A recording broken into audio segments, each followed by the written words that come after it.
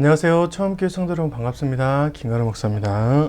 네, 오늘 눈꽃 뷰티 함께 하게 되어서 너무 좋습니다. 네, 오늘 하나님께서 또 비를 내려주셨네요. 네, 촉촉하게 적시고 우리 또 삶도 하나님 앞에 깊숙이 들어가는 그런 귀한 시간 되기를 주님의 이름으로 축원드립니다. 오늘 말씀은 출애굽기 4장 18절부터 31절까지 말씀입니다. 모세가 이제 하나님의 말씀을 듣고 애굽으로 넘어가는 그런 과정이죠. 여러 가지 사건이 있었는데 먼저 이드로를 찾아가서 우리 백성들을, 자기 형제들을 형제들이 살아있는지 확인하기 위해서 가야 되겠다, 애굽으로 가야 되겠다라고 얘기를 하죠. 18절 말씀 한번 읽어보겠습니다. 모세가 그의 장인 이드로에게 돌아가서 그에게 이르되 내가 애굽에 있는 내 형제들에게로 돌아가서 그들이 아직 살아있는지 알아보려 하오니 나로 가게 하소서. 이드로가 모세에게 평안히 가라니 했습니다. 모세가 40년을 광야 생활하면서 애굽에 있는 그 히브리 백성들, 자신들의 이스라엘 백성들을 형제로 생각했을지 궁금을 했습니다. 물론 이제 그 과정 중에 고향이 그립고 또 자신이 살았던 그런 시기가 그리웠을 텐데 지금 자신이 그런 험난한 위기가 있어가지고 도망쳐 나온 상황이죠. 그런데 자세히 보니까 본인이 이제 갈 수 있는 자유로운 상황, 입장은 아니었던 것 같아요. 이드로의 모든 명령 안에서 이루어지는 모세의 모습을 볼 수 있습니다. 이드로는 참 큰 사람이었던 것 같습니다. 뭐 정치적으로나 위치적으로 나중에 모세가 이스라엘 백성들을 데리고 광야를 헤맬 때에도 한번 이제 방문을 해서 한번 큰 이야기를 해주는데 참 지혜롭고 큰 사람인 것 같아요. 그런 장인 밑에서 모세가 40년을 있었던 것이죠. 그런데 거의 종과 같은 모습으로 있었던 것 같습니다.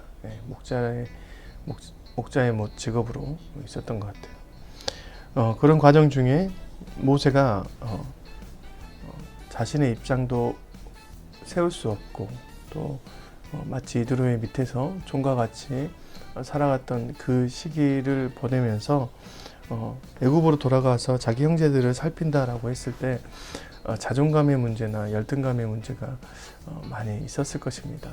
그런데 모세가 이제 당당하게 힘을 내고 애굽으로 돌아가는 그런 과정이 참 특별한데 그의 손에 뭐가 있었냐? 20절에 보니까 모세가 그의 아내와 아들을 나귀에 태우고 애굽으로 돌아가는데 모세가 하나님의 지팡이를 손에 잡았더라. 출애굽의 저자는 이 하나님의 지팡이를 굉장히 부각시키고 싶었던 것 같습니다. 모세가 들고 있는 하나님의 지팡이, 모세는 목자이고 아무런 힘도 없고 이드로의 명령에 따라서 해야 되는 사람이지만 애굽에 있는 형제들을 구출하기 위해서는 이 하나님의 지팡이가 있어야 됩니다. 원래 이 지팡이는 누구 거라 했죠? 모세 자신의 것입니다. 그런데 모세 자신의 지팡이가 하나님의 지팡이로 이제 명명된 사건이 바로 이 부분인 것이죠. 그래서 하나님께서 모세에게 그 말씀을 입혀주는데 바로에게 가서 이스라엘 백성들은 바로 내 아들, 내 장자다. 그러니까 내놓아라. 자유를 줘라. 너희들이 압박하는 그런 위치에 있는 자들이 아니다. 내가 그러지 않으면 너의 아들들과 장자를 다 죽일 것이다 라고 전달해라 라고 하나님께서 말씀을 내려주십니다. 하나님의 지팡이를 들고 있는 모세가 하나님의 그 명령을 받아서 이제 용기 있게 나가는 것이죠. 근데 가장 큰 문제는 누구였냐? 이제 이스라엘 백성들이었죠. 애굽에 있었던 이스라엘 백성들.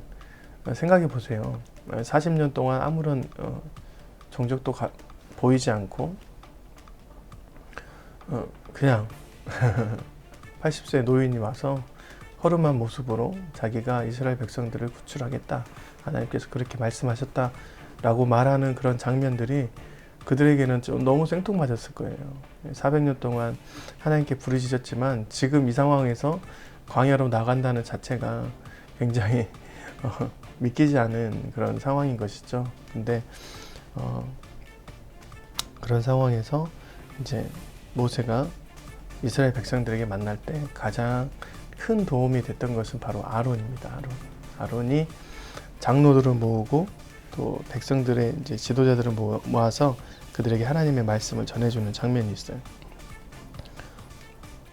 29절 모세와 아론이 가서 이스라엘 자손의 모든 장로를 모으고 아론이 여호와께서 모세에게 이르신 모든 말씀을 전하고 그 백성 앞에서 이적을 행하니 백성이 믿으며 여호와께서 이스라엘 자손을 찾으시고 그들의 고난을 살피셨다 함을 듣고 머리를 숙여 경배하였더라. 네. 여러분 이적을 행할 때 한 번에 행하면 그것이 이해되고 믿어진다 했습니까? 아니죠. 네.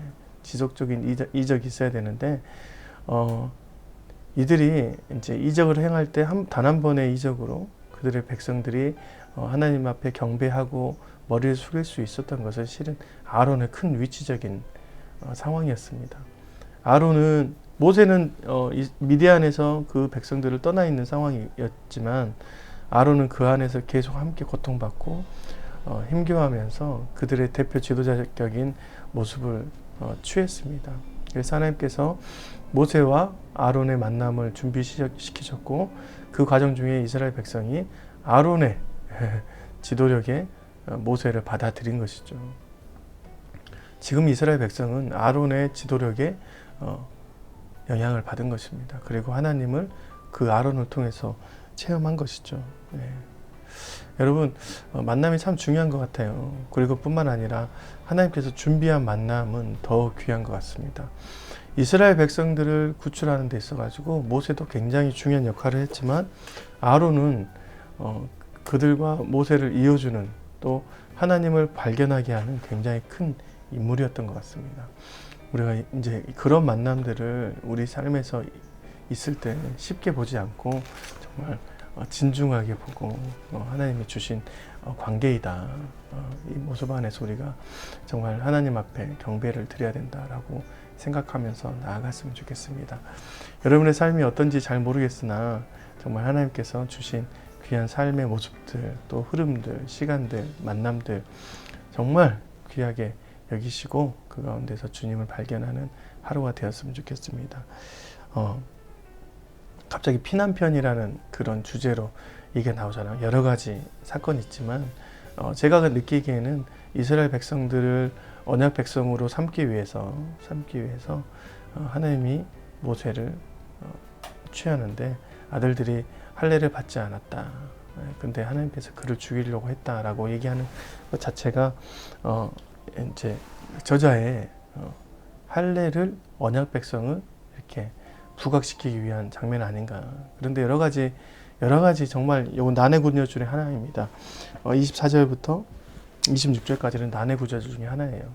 근데 정말 하나님께서 여러분에게 지혜를 주신 그 지혜로 잘 읽으셔서 하나님의 그 언약의 통로가 어떻게 흘러갔는지 다시 한번 깨우쳐지는 그런 시간들이 되었으면 좋겠습니다. 고맙습니다. 또 내일 뵙도록 하겠습니다. 안녕히 계세요.